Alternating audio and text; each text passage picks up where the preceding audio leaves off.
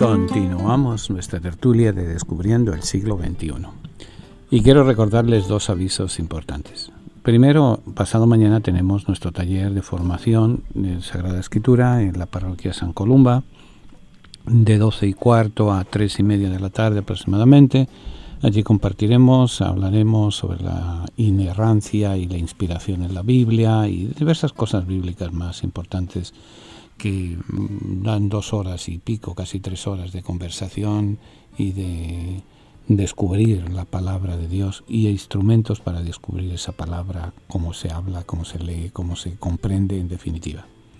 Y luego, además de eso, les repito pues lo que hemos estado diciendo hace unos momentos sobre el viaje a Tierra Santa. Recuerden que un viaje a Tierra Santa no es solamente el ir a visitar, y es importante y demás, ir a disfrutar también, es el viaje probablemente de la vida.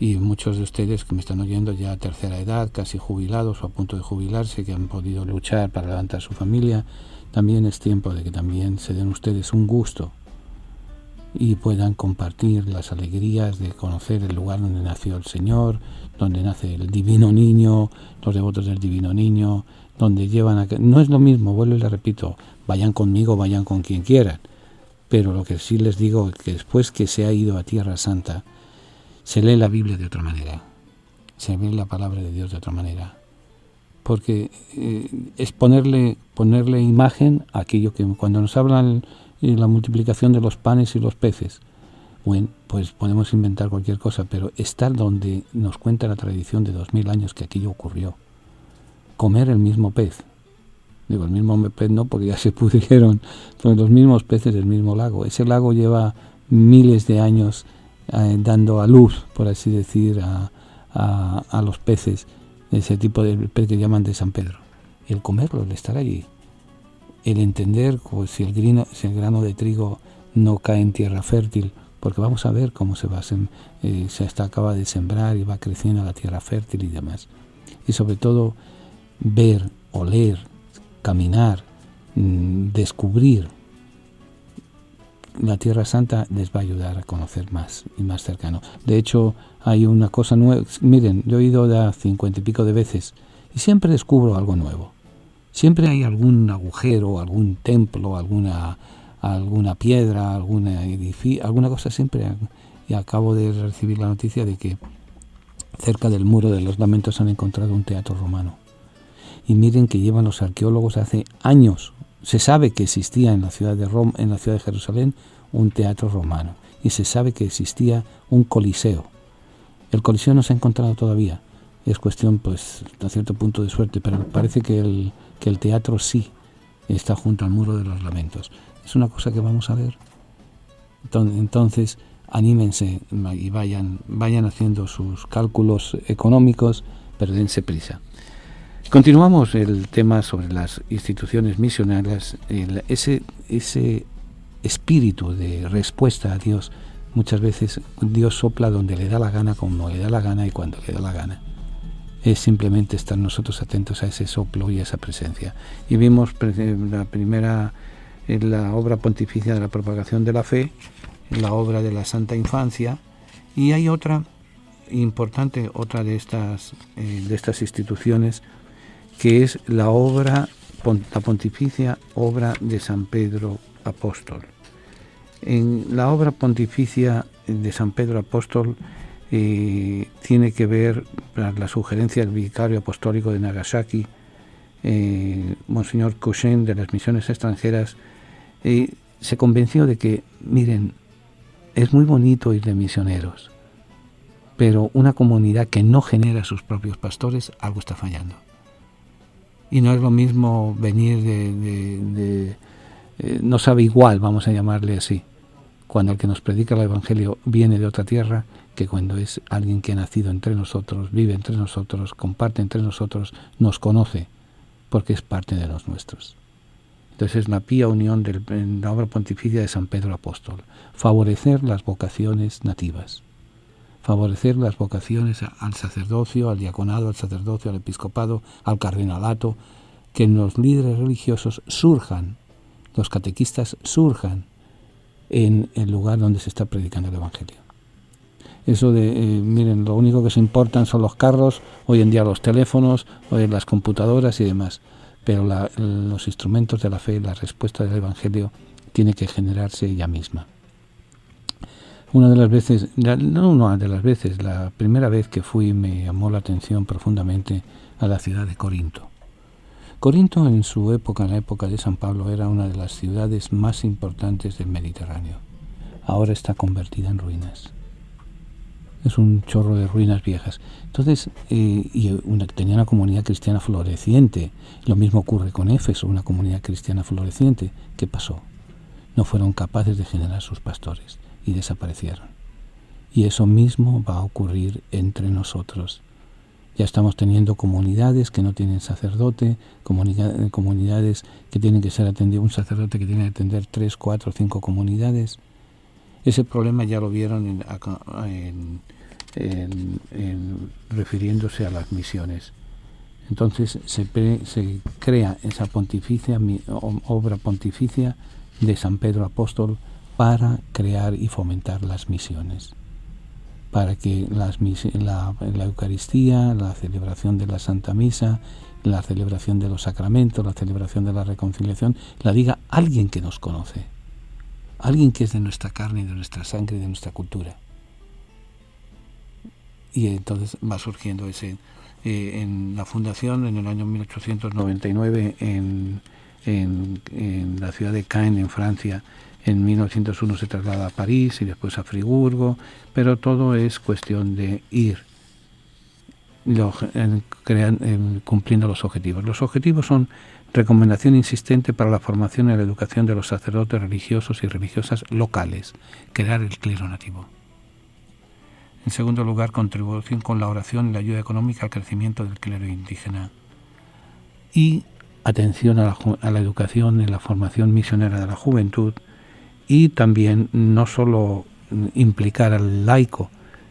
De nada vale que tengamos sacerdotes si no tenemos gente laica, y gente normal y corriente que escucha la palabra de Dios. Y de ahí es de donde van a salir las vocaciones. La ayuda, el mantenimiento, la oración para que surjan vocaciones. Mira, hay un caso en la historia de la Iglesia muy triste, en el que es el caso chino.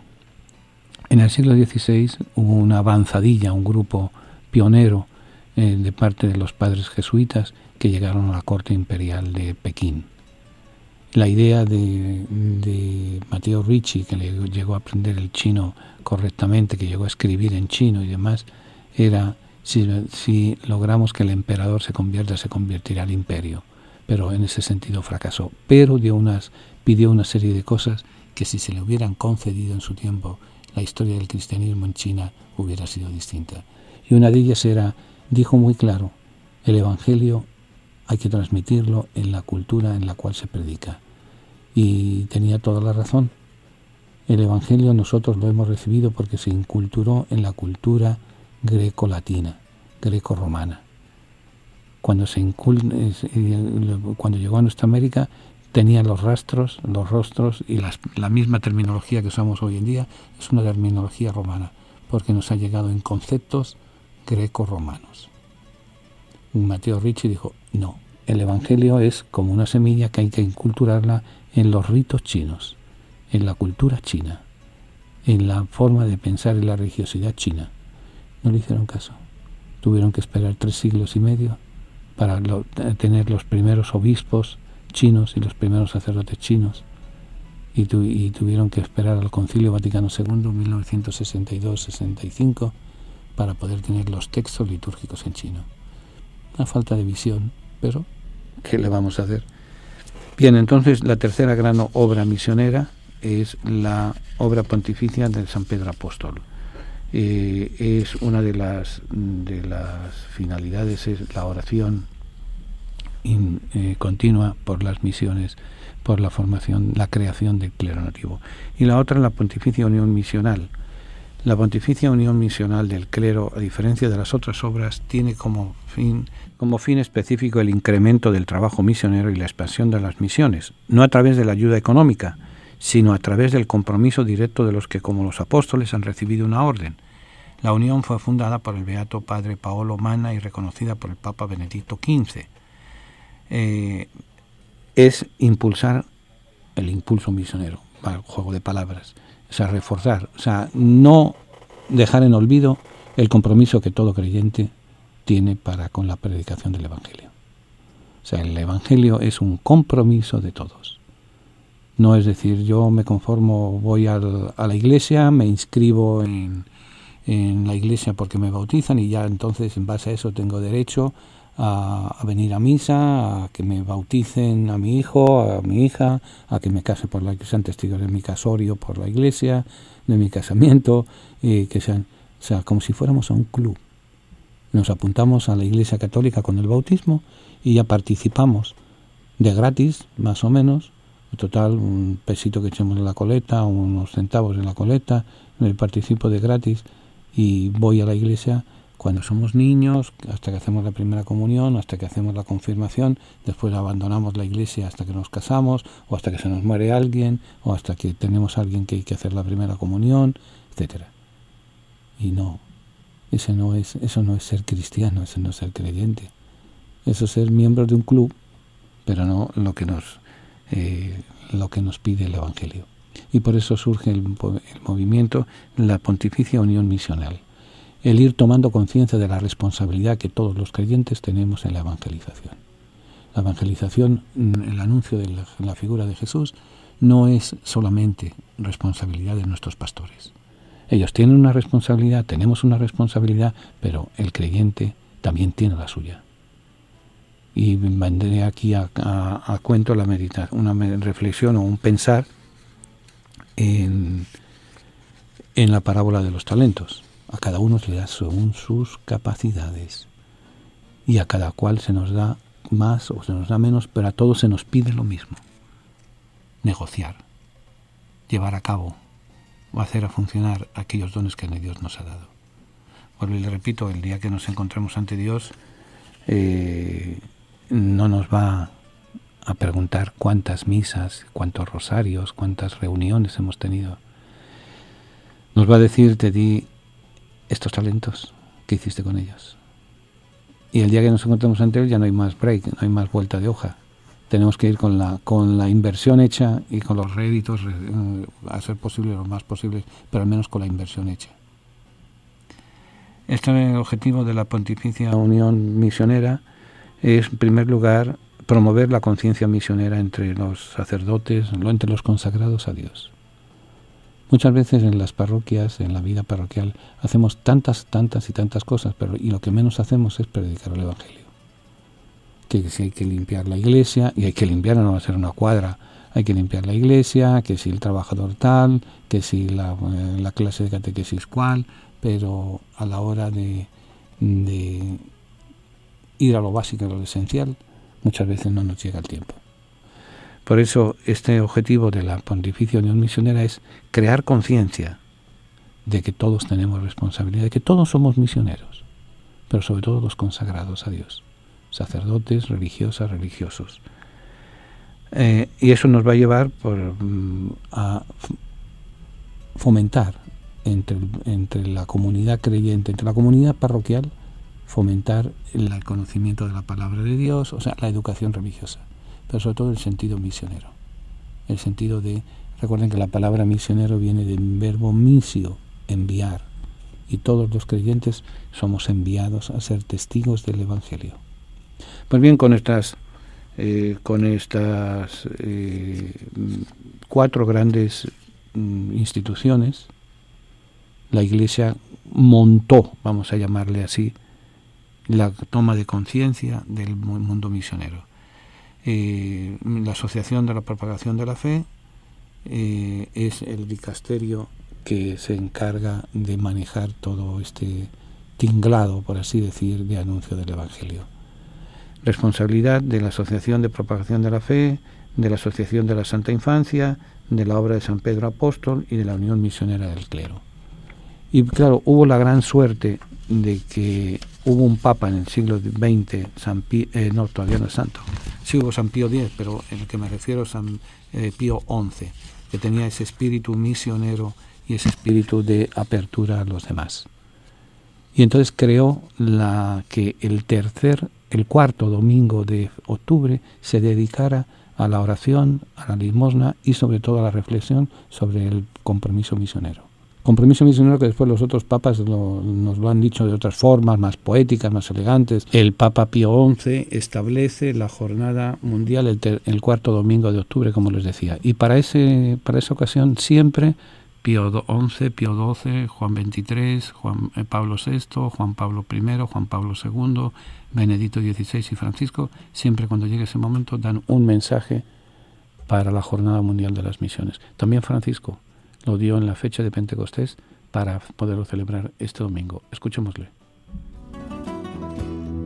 En la solemnidad de Pentecostés se hizo público el mensaje del Santo Padre Francisco con motivo de la Jornada Misionera Mundial de este año, que se celebrará el próximo 22 de octubre. Teniendo en cuenta que este año la Jornada Mundial de las Misiones vuelve a convocarnos en torno a la persona de Jesús, el primero y el más grande evangelizador, como escribió el Papa Pablo VI en su exhortación apostólica Evangelii Nunciandi, y que nos llama continuamente a anunciar el Evangelio del amor de Dios Padre con la fuerza del Espíritu Santo, el Papa Bergoglio titula este mensaje La misión en el corazón de la fe cristiana. A lo largo de 10 puntos, el Santo Padre aborda los siguientes temas: la misión y el poder transformador del Evangelio de Cristo, camino, verdad y vida; la misión y el kairos de Cristo; la misión que inspira una espiritualidad de éxodo continuo, peregrinación y exilio, sin olvidarse de los jóvenes que representan la esperanza de la misión,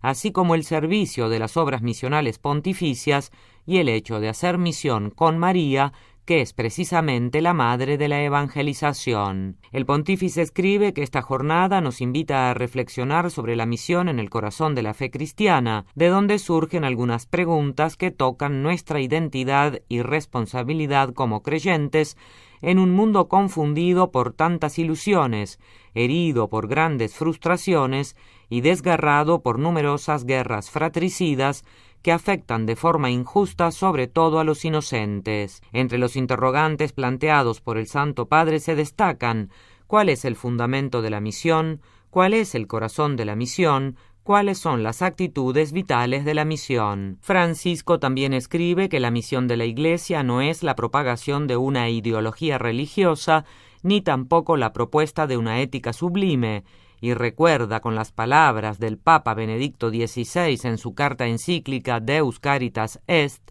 que no se comienza a ser cristiano por una decisión ética o una gran idea, sino por el encuentro con un acontecimiento, con una persona que da un nuevo horizonte a la vida y con ello una orientación decisiva. Además, el Papa no olvida que el mundo necesita el Evangelio de Jesucristo como algo esencial y que la misión de la Iglesia está animada por una espiritualidad de éxodo continuo, en el sentido de salir de la propia comodidad y atreverse a llevar a todas las periferias que necesitan la luz del Evangelio, tal como él mismo lo ha escrito en su exhortación apostólica Evangelii Gaudium. Sí, porque como escribe el sucesor de Pedro, la misión de la Iglesia estimula una actitud de continua peregrinación a través de los diversos desiertos de la vida, a través de las diferentes experiencias de hambre y sed, de verdad y de justicia.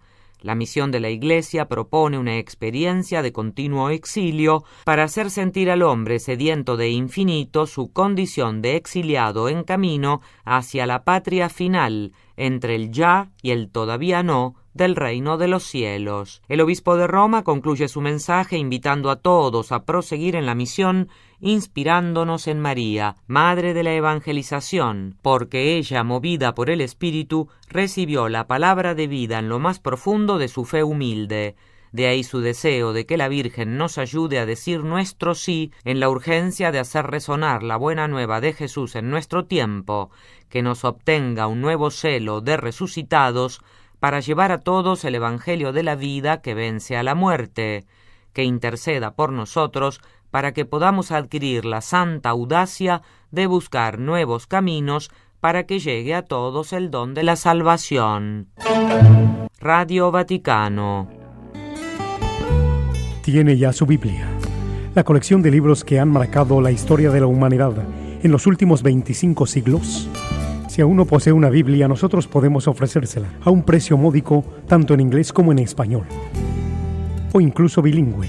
Para precios y ediciones, favor de llamar a Descubriendo el Siglo XXI, 212-244-4778, 212-244-4778, o visite nuestra página de internet www.descubriendoelsiglo21.com, sección de tienda.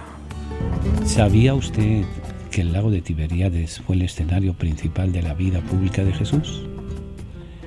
Pero en aquella época se llamaba Ian Kinneret. Este nombre proviene de la palabra hebrea kinor, que significa lira, instrumento musical de formato oval. La forma del lago les recordaba a las personas un kinor, una lira, y las brisas refrescantes les recordaban el agradable sonido del kinor. De ahí es donde nace la palabra Kinneret, y de Kinneret nace la palabra Genesaret.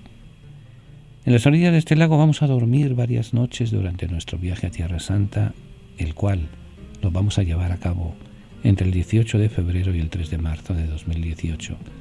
Vamos a visitar los lugares donde la Biblia se hizo realidad: Jerusalén, Belén, Cafarnaún, Amán, Gerasa, Petra, Jericó.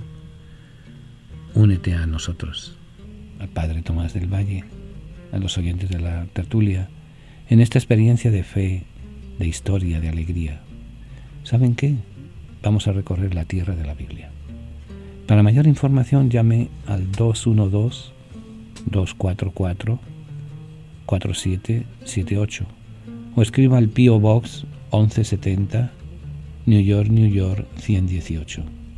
Repito, llame si está interesado en vivir esta aventura especial al 212-244-4778 o escriba al P.O. Box 1170, New York, New York 118. Dese rápido, hay poco espacio.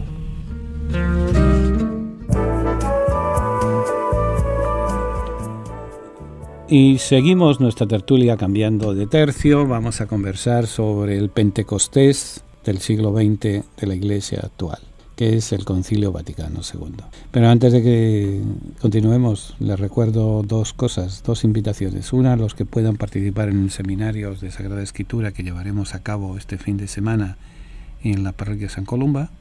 Ya saben, estamos listos para la acción, por así decir. Y en segundo lugar, les repito, vamos a Tierra Santa. Uno que va, por más que vaya uno con frecuencia, uno nunca se cansa de ir, pero uno tiene sus preferencias. A mí, yo soy feliz en Jerusalén. Hay dos sitios, si algún día me pierdo y no me encuentran, me vayan a buscarme a Jerusalén. Uno es Jerusalén y otro es la Galilea. La Galilea, como que el tiempo se paró el reloj. Hay una serie de ambientes, una serie de cosas, y no es que haya muchas iglesias, ni muchas sinagogas, ni muchas mezquitas.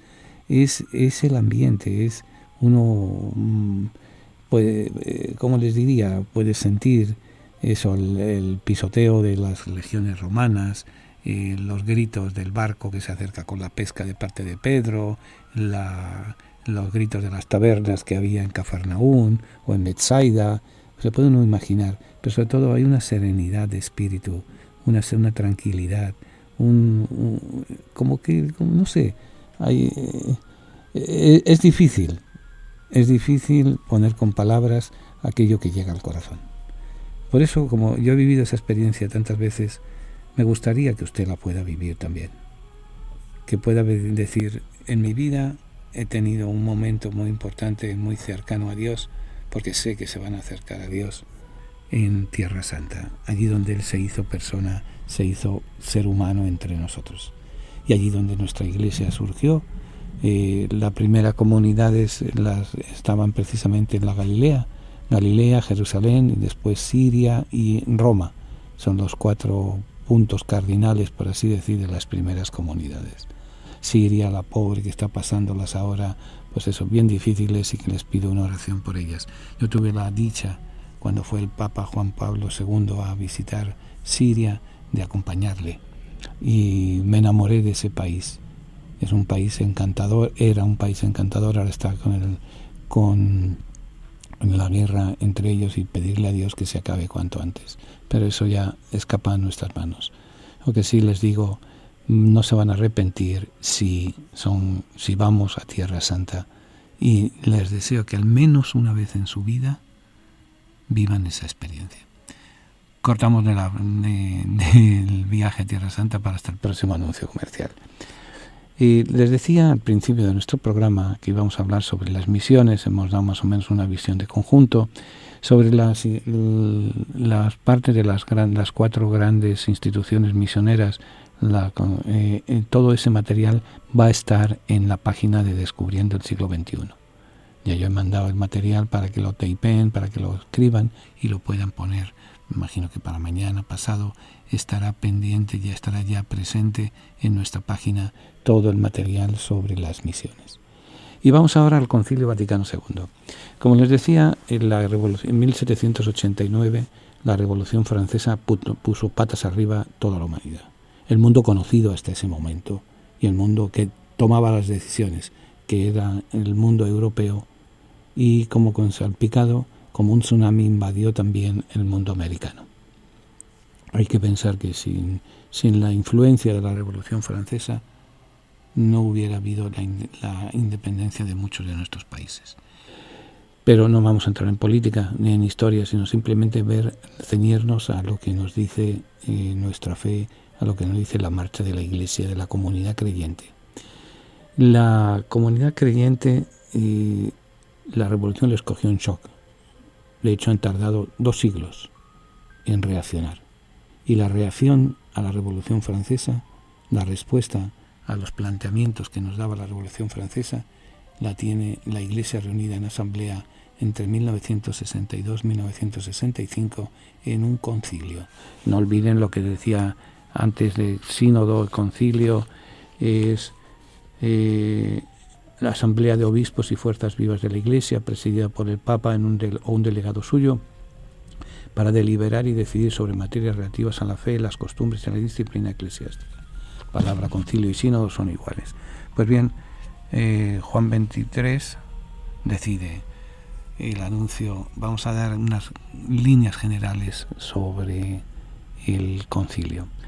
Primero hay que, desde el Papa Pío IX, que gobernó la Iglesia entre 1846 y 1878, que de hecho es el Papa que más ha durado, desde su pontificado no había habido en la Iglesia Católica de Occidente ningún concilio.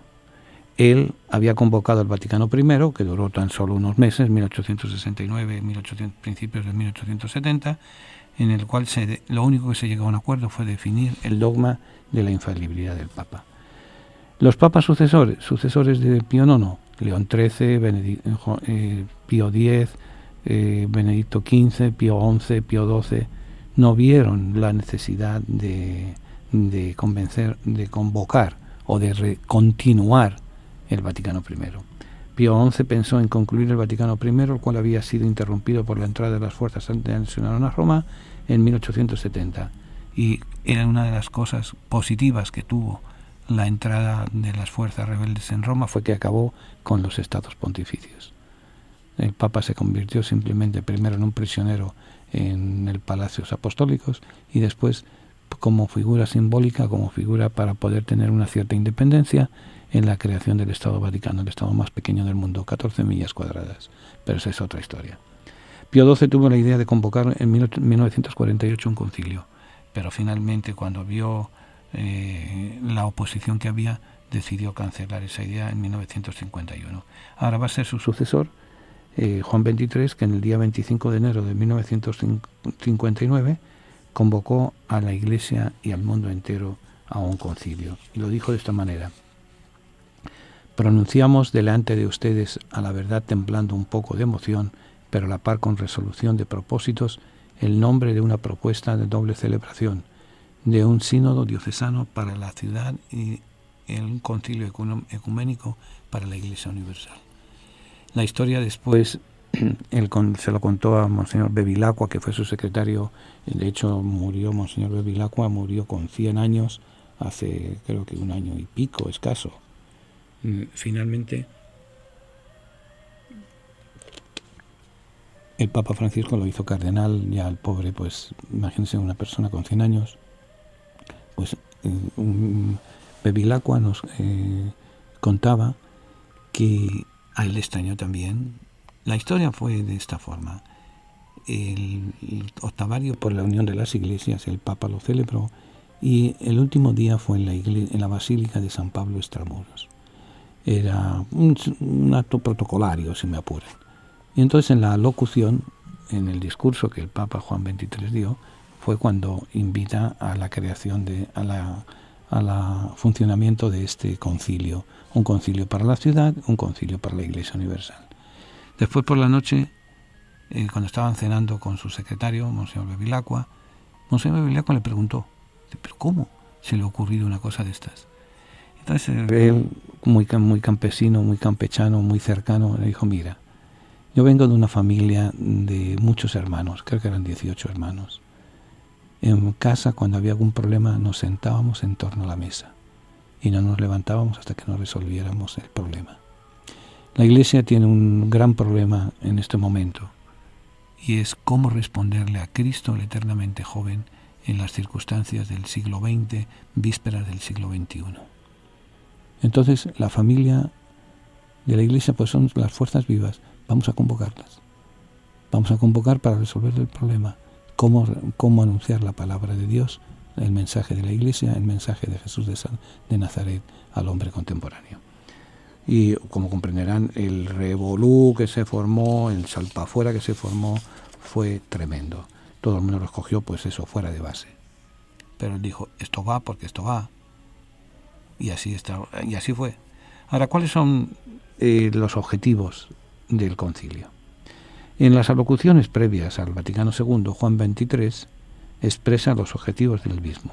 Primero, apertura de la Iglesia al mundo moderno y a la sociedad, escrutando los signos de los tiempos con objeto de hacer inteligible el anuncio del Evangelio. Por tanto, leer apertura de la Iglesia al mundo, lo contrario que hizo cuando la Revolución Francesa. Segundo, la unidad de los cristianos o la presencia activa de la Iglesia en el movimiento ecuménico. Y tercero, la Iglesia de los pobres con estricta fidelidad al Evangelio. Esos fueron los tres elementos que Juan XXIII quiso. Apertura al mundo moderno, sabiendo leer los signos de los tiempos. Unidad de los cristianos. Pensemos que él vivió muy de cerca el drama de la separación de los cristianos. Fue más de 30 años nuncio en los países balcánicos y en Turquía y en Grecia. Y en países de mayoría ortodoxa o de mayoría protestante. Y él sabía de qué estaba hablando. Por eso, escucha, unidad y sobre todo definirnos, la Iglesia de los pobres. Y esto es lo que él va a llevar y plasmarse en los documentos.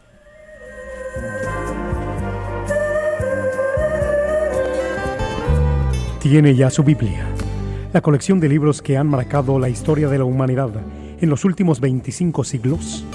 Si aún no posee una Biblia, nosotros podemos ofrecérsela a un precio módico, tanto en inglés como en español, o incluso bilingüe.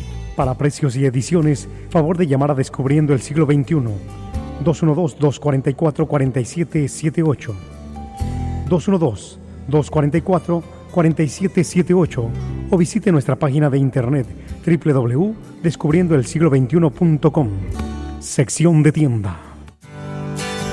La palabra tertulia significa encuentro de amigos que conversan sobre las cosas de la vida, alegrías, penas, esperanzas, tristezas, de todo aquello que nos hace más humanos, porque nada humano le es ajeno al creyente. La tertulia del siglo XXI es eso, un encuentro que llevamos a cabo desde la ciudad de Nueva York, la capital del mundo. Queremos que cada persona que nos escuche se sienta en familia, en grupo, en amistad. Conéctate con nosotros. Para mayor información, favor de comunicarse con las oficinas de Descubriendo el Siglo XXI. Apartado de correo 1170 Nueva York 118 o a nuestro teléfono 212-244-4778. Estamos para servirles y para ayudarles. Y desde la tertulia vamos a seguir compartiendo alegrías y esperanzas, penas y tristezas, porque nada humano nos es ajeno. ¿Sabía usted que el lago de Tiberíades fue el escenario principal de la vida pública de Jesús? Pero en aquella época se llamaba Ian Kinneret. Este nombre proviene de la palabra hebrea kinor, que significa lira, instrumento musical de formato oval. La forma del lago les recordaba a las personas un kinor, una lira, y las brisas refrescantes les recordaban el agradable sonido del kinor. De ahí es donde nace la palabra Kinneret, y de Kinneret nace la palabra Genesaret. En las orillas de este lago vamos a dormir varias noches durante nuestro viaje a Tierra Santa, el cual lo vamos a llevar a cabo entre el 18 de febrero y el 3 de marzo de 2018. Vamos a visitar los lugares donde la Biblia se hizo realidad: Jerusalén, Belén, Cafarnaún, Amán, Gerasa, Petra, Jericó. Únete a nosotros, al Padre Tomás del Valle, a los oyentes de la tertulia, en esta experiencia de fe, de historia, de alegría. ¿Saben qué? Vamos a recorrer la tierra de la Biblia. Para mayor información llame al 212-244-4778 o escriba al P.O. Box 1170, New York, New York 118. Repito, llame si está interesado en vivir esta aventura especial al 212-244-4778 o escriba al P.O. Box 1170, New York, New York 118. Dese rápido, hay poco espacio. Continuamos y no se olviden, tenemos un compromiso de oración y de respeto y por nuestros hermanos presos. No los olvidamos. Pues les repito, serán unos pillos, pues están en la cárcel, serán unos bandoleros, pues están en la cárcel, no son niños de primera comunión, han cometido errores. Pero Dios siempre da una segunda oportunidad. Y nos dijo bien claro, ¿quiénes van a ser los preferentes? Los que tienen hambre, los que tienen sed, los emigrantes, los presos, los enfermos. Más claro agua, como dicen, es blanco y lo ponen las gallinas, ¿qué será? Pues entonces lo mismo. Si tenemos indicado en el Evangelio cuál va a ser la preferencia, zánganos somos y no lo hacemos. Pero bueno, recen por nuestros hermanos presos, lo necesitan. Recemos todos por todos, que todos lo necesitamos.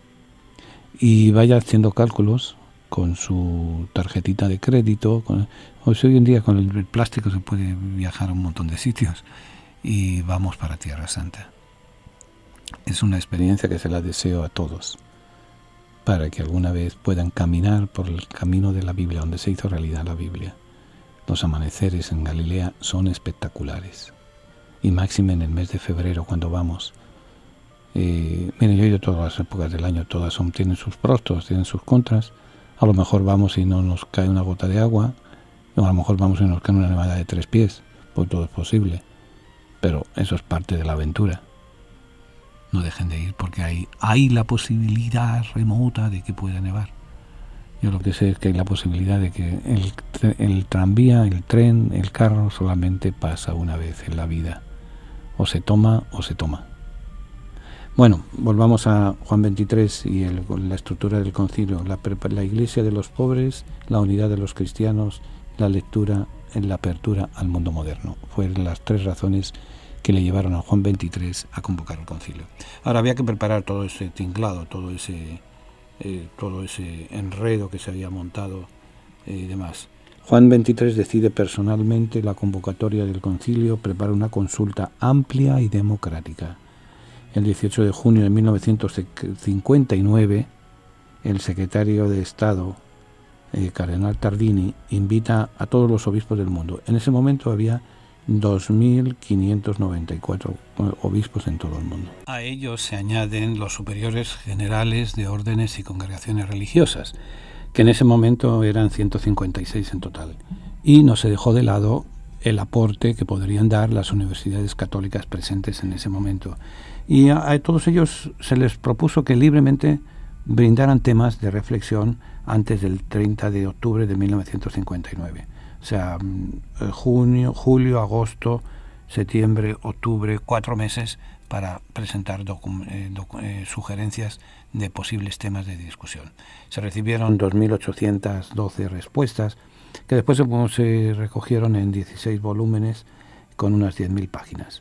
Ahora, un año después, en junio de 1960, se crearon 10 comisiones que iban a elaborar los documentos sobre los cuales se iba a discutir.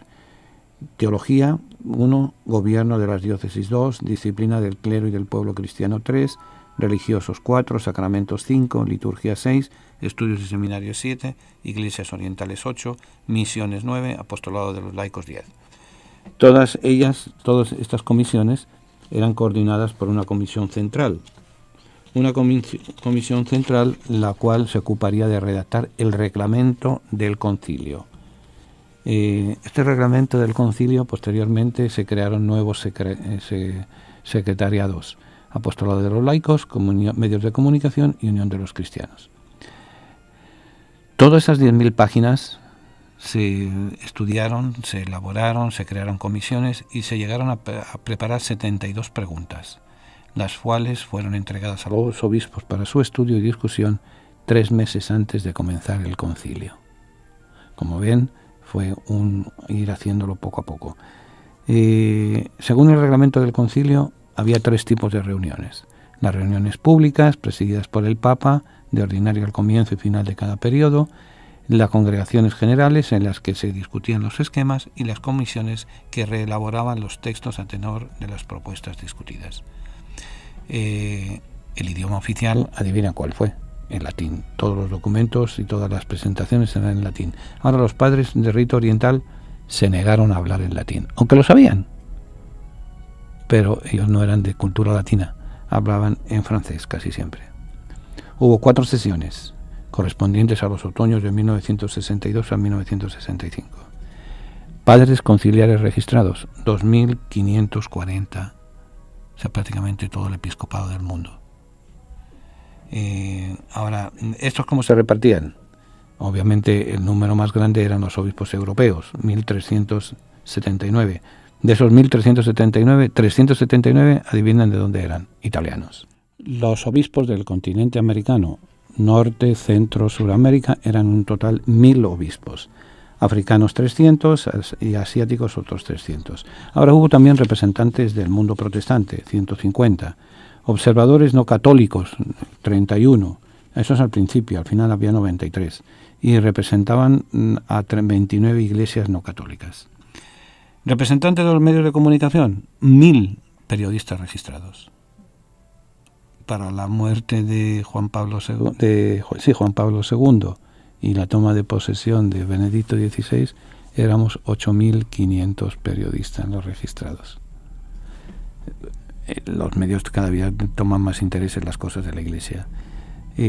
Hubo 201 peritos expertos al principio, de los cuales al final terminaron en 480 expertos. Ahora, el Consejo de la Presidencia al principio estuvo formado por 10 cardenales. Finalmente se confirió la dirección a 4 moderadores, o sea, manejar los 2.000 y pico obispos y toda la infraestructura, pues no era nada fácil. Y esto se cayó en manos los 4 moderadores: el cardenal Agangianian, que era de la República Soviética de Georgia, vecino en la infancia de un georgiano también muy famoso que se llamó José Stalin. Entonces, cardenal Döfner de Alemania, el cardenal Lercaro de Italia y el cardenal Schinens de Bélgica. Esos 4 cardenales se sumaron luego al Consejo de la Presidencia y eran los que llevaban el día a día, los que organizaban el día a día del funcionamiento del comienzo y del funcionamiento del concilio. Si algún día van a Roma y van a la Basílica de San Pedro, hay un pórtico de entrada, pero donde están las puertas de bronce, en el centro de ellas está un bajorrelieve en metal con la figura de los 4 moderadores y de Juan XXIII. Porque fue allí, en esa basílica, donde fue el aula conciliar. Hubo que adecentarla, prepararla, montar las sillas, montar toda la estructura para poder llevarse a cabo dentro 2.500 obispos más los ayudantes, pongámosle 3.000 personas diarias, lo cual no es mucha cantidad de personas. Yo la primera vez que concelebré, ¿fue la primera vez? Sí, la primera vez que concelebré en la Santa Misa en la Basílica de San Pedro, éramos 5.600 sacerdotes de todo el mundo. La procesión de entrada empezó a las 2 de la tarde, 2:30 de la tarde exactamente, y terminó a las 5 menos cuarto. Pero todos estábamos sentaditos, tranquilitos. La misa empezó a las 5:30 y sin darnos cuenta, como el que dice, cuando venimos a salir eran ya las 8:30 de la noche. Casi 4 horas de celebración, pero que no se notó por el ambiente, en la atmósfera, en la presencia, y allí fue donde se llevó a cabo el Concilio Vaticano II. Todos estos obispos, arzobispos, cardenales, peritos, allí reunidos. Descubriendo el siglo XXI, en colaboración con la parroquia de San Columba, les invita a participar en los seminarios de formación bíblica y teológica. Se llevarán a cabo 2 veces al mes, los días sábados, entre 12 del mediodía y 4 de la tarde. Para mayor información, llamar al 212-244-4778, 244-4778, o visitar nuestra página www.descubriendoelsiglo21.com, donde encontrará más información. La palabra tertulia significa encuentro de amigos que conversan sobre las cosas de la vida, alegrías, penas, esperanzas, tristezas, de todo aquello que nos hace más humanos, porque nada humano le es ajeno al creyente. La tertulia del siglo XXI es eso, un encuentro que llevamos a cabo desde la ciudad de Nueva York, la capital del mundo. Queremos que cada persona que nos escuche se siente en familia, en grupo, en amistad. Conéctate con nosotros. Para mayor información, favor de comunicarse con las oficinas de Descubriendo el Siglo XXI. Apartado de correo 1170 Nueva York 118, o a nuestro teléfono 212-244-4778. Estamos para servirles y para ayudarles. Y desde la tertulia vamos a seguir compartiendo alegrías y esperanzas, penas y tristezas, porque nada humano nos es ajeno.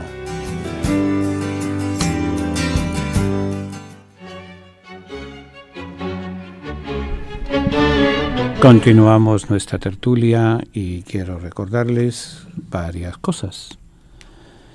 Primero, que pasado mañana tenemos seminario, ya lo saben. Segundo, en el mes de en el mes de febrero. A lo mejor en julio también, pero seguro en el mes de febrero vamos a Tierra Santa. Tierra Santa y Jordania. O sea, toda la Tierra Santa es...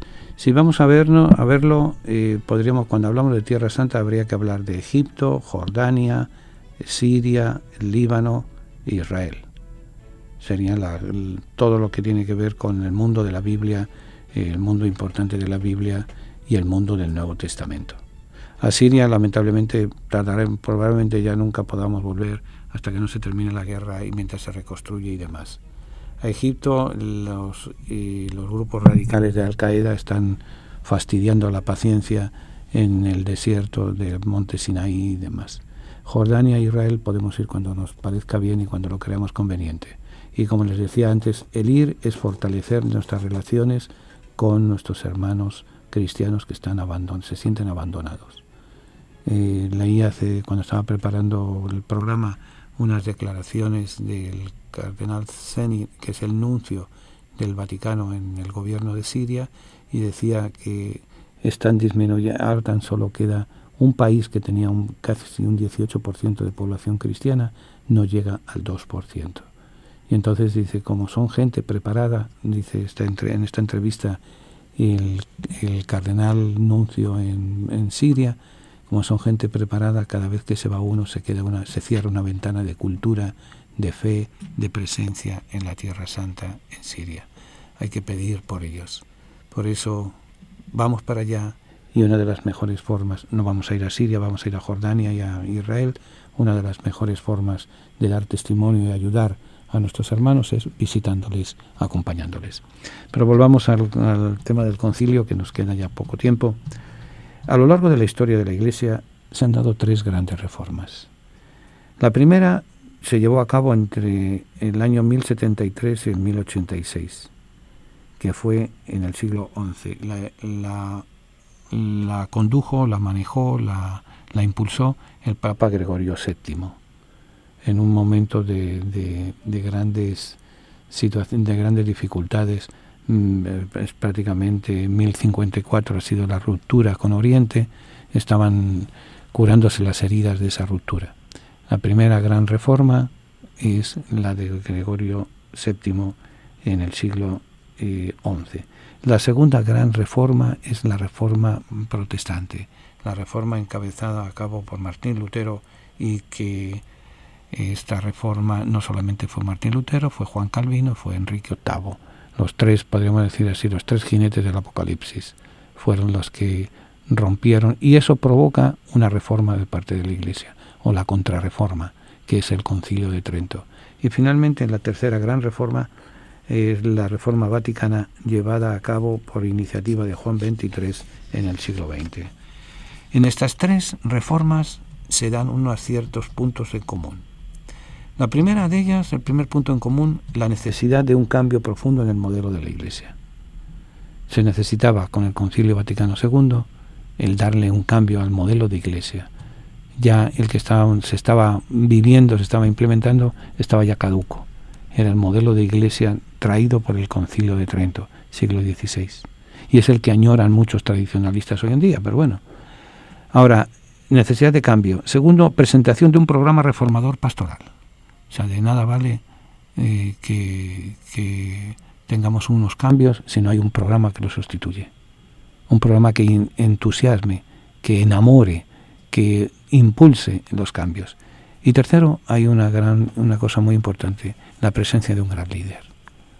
Si una cosa tuvo Juan XXIII con ese indefinible ser lo que es precisamente que era un líder que arrastraba. O sea, siempre toda comparación es odiosa, pero ver la obra que está haciendo y cómo se está desempeñando el Papa Francisco, podríamos decir que es un clon de Juan XXIII. Ambos son líderes, ambos son cercanos, ambos son rompedores de estructuras, ambos quieren una presencia del Evangelio en la vida común y corriente. Ahora, ciertos criterios comunes. Necesidad de un cambio, lo había en la Iglesia. Presentación de un programa, los documentos, y intervención de un gran líder. Juan XXIII, después va a ser Pablo VI, que le va a tocar poner en funcionamiento, y finalmente Juan Pablo II. Pero la gran respuesta, donde empieza ya a madurar toda esta marcha del desierto, va a ser, que ha llevado casi 50 años, va a ser Francisco. Ahora, ¿qué fue lo que trató de renovar el mensaje cristiano desde una triple exigencia del Vaticano II? Primero, un retorno a las fuentes de la fe. Se habían inventado demasiadas historias, demasiados cuentos. ¿Dónde nace nuestra fe? En la Sagrada Escritura, en la experiencia de la primera comunidad. Un retorno a las fuentes de la fe. Segundo, una mirada a la realidad social de la Iglesia y su mundo. O sea, la Iglesia no es un ente que anda en las nubes, vive en un mundo concreto, en el mundo de las postrimerías del siglo XX, un siglo que ha estado marcado por una serie de revoluciones. Hace 2 días fue el aniversario de la revolución bolchevique, que cambió en 70 y pico de años después, cambiaron el mundo. Entonces, ¿cuál es la mirada social de la Iglesia y su mundo? Siglo XX, revolución bolchevique, Primera Guerra Mundial, caída de los imperios, otomano, ruso, austrohúngaro, Segunda Guerra Mundial, Guerra Civil Española, Guerra de Corea, guerras de independencia en África, Guerra de Vietnam. Entonces, en ese mundo violento, ¿cuál es la realidad social de la Iglesia? Y finalmente también el Vaticano trató de renovar, dar una visión de globalidad. No estarnos mirando hacia el ombligo, sino somos parte de una gran diversidad. ¿Cuál es la presencia de la Iglesia, del creyente en esa diversidad? Y sobre todo, resumiéndolo en 2 palabras, porque ya nos falta poco tiempo, el concilio trató de situar a la Iglesia como oyente de la palabra de Dios y en diálogo con el mundo. Oigo y hablo. Ese es el reto grande que nos ha dejado. Y ese es el reto que todavía sigue siendo válido. Oyentes de la palabra. ¿Oímos la palabra o nos dejamos llevar por ruidos? Oído y diálogo con el mundo, no destrucción. Por eso nos tiene que preocupar el tema de la ecología, nos tiene que preocupar el tema de la Amazonía, nos tiene que preocupar el mundo en guerras contra el terrorismo y contra 50.000 cosas. No podemos quedar aislados. Lo va a definir con unas frases muy importantes y con ellas despido. En las alegrías y las esperanzas, las penas y las tristezas de la humanidad son las alegrías y las esperanzas, las penas y las tristezas de los creyentes en Cristo, porque nada humano le es ajeno. Bien, terminamos, se nos acaba el tiempo, así que solamente les pido una cosa: recen por nosotros, y si les sobran unos chavitos, unos centavitos, acuérdense también de nosotros. Tenemos que pagar, ya estamos terminando el mes de octubre. El mes de octubre está pago la radio, pero el mes de octubre nos queda tan solo esta semana, que ya se fue ajuste, y la semana que viene. Así que si les sobran unos centavos, se lo agradecemos. Vayan chequeando, poniendo al día su pasaporte, limpiando su tarjeta de crédito, y vamos para Tierra Santa. Hasta el próximo programa, si Dios quiere. Que Dios los bendiga. Un abrazo a todos. Señor, nuestros hermanos a los que tú amas están encarcelados. Ten compasión de todos los presos y socórrelos. Si es posible, que sea llevadero para ellos este cáliz. Pero no se haga nuestra voluntad sino la tuya. Haznos sensibles a las necesidades de nuestros hermanos encarcelados y haznos comprensivos con sus limitaciones. Ayúdanos a hacerle más llevadera la sentencia.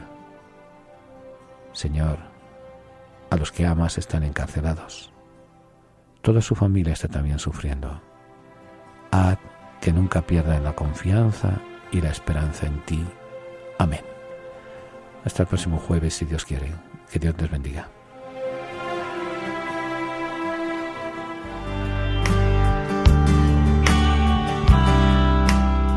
Ha escuchado el programa La Tertulia. Si desea copia de este programa, comuníquese con nuestras oficinas al 212-244-4778. Se sugiere un donativo para gastos de envío.